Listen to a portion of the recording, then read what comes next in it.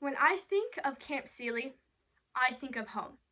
Tucked away in the San Bernardino Mountains, it's the largest 4-H camp on the West Coast.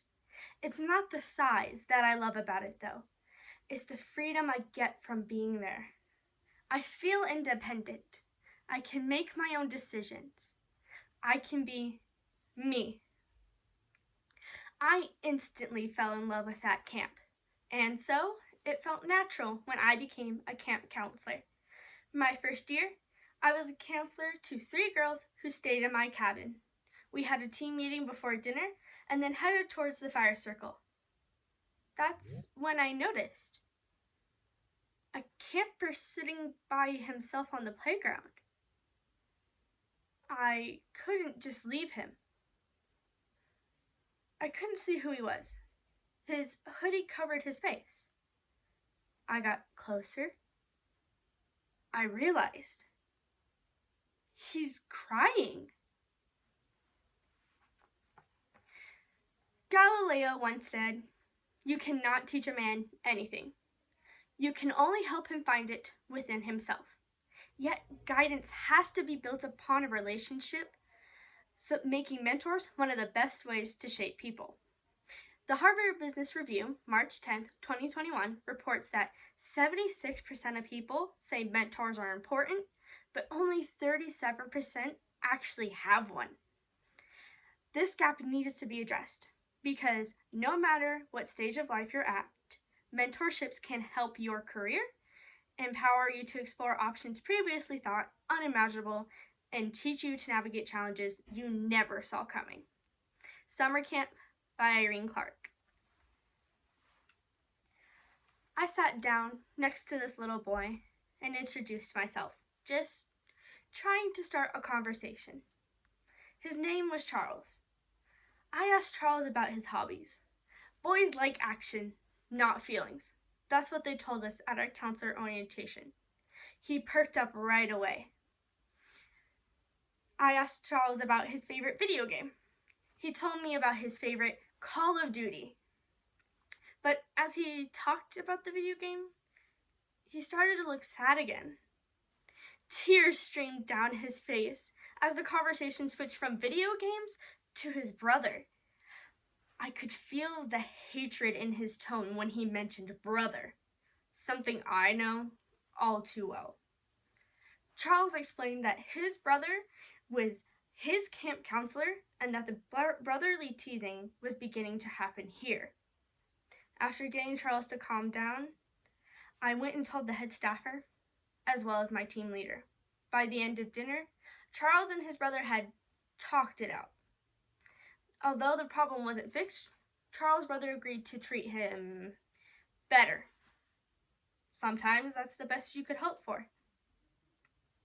That night, I thought about Charles and his brother. Then I thought about my brother.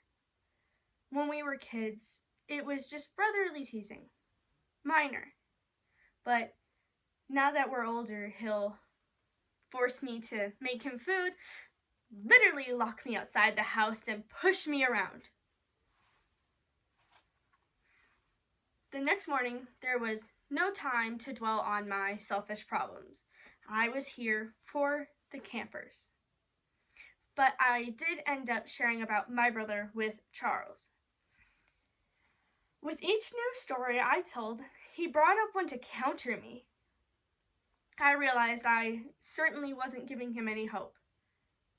Maybe I didn't have any. Worst of all, Charles would only see it as a problem that could never be solved. I wanted to help Charles though, and so within the space of a few hours, I became his new best friend. It's camp. Best friends happen over a quick game of tag or hide and seek in the forest. It seems like a great turn of events, until it wasn't. Because I was no longer a leader, someone to look up to, a counselor.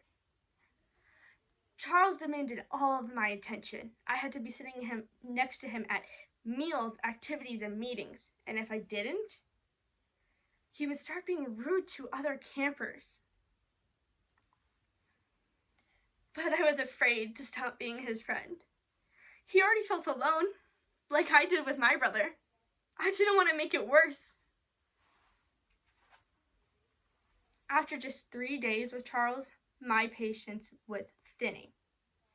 I already had to wake up early, stay up late, and had a hard time falling asleep. My energy was spent. My team leader and the head staffer began to notice.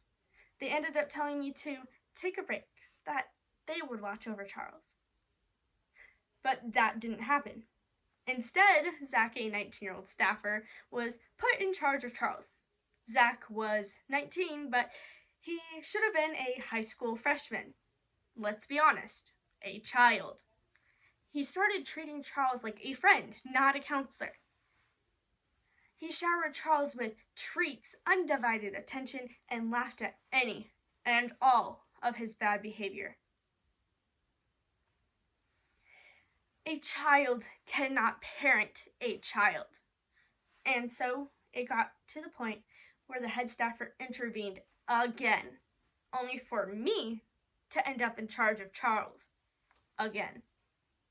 And as much as he wanted me to be his friend, I refused. He didn't like it, but fortunately, the time left at camp was ticking down. The last day of camp, they hosted a goodbye slideshow as well as an award ceremony. Other people kept telling Zach how he was going to win the Best Staffer Award. Charles shocked me when he turned to me and said, "I want you to win." He said it to me, not to Zach, not to his friends. He said it to me, the counselor. I told him, "I probably won't win, but thank you." And so the ceremony ended with no prize in my hand. Everybody began their goodbyes and packed away into cars. I was signing out when Charles ran up to me. He surprised me for the second time that day.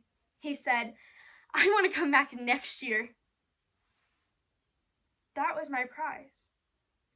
That was my award. As I drove away, I couldn't help but look back on the crazy week. I had no idea that I'd become such great friends with a camper that wanted to leave. Frankly, I'm glad I met Charles. I went in thinking I was helping him, and I did, but he was helping me too. It's been about 2 years since I've been to camp. Sadly, I aged out of 4-H and can no longer attend. I never saw Charles again, and my relationship with my brother is still rocky. But I have hope. Hope that one day we'll get to a point where all we need to do is talk. And maybe some tag. Maybe some hide and seek. Maybe that's where we'll find each other.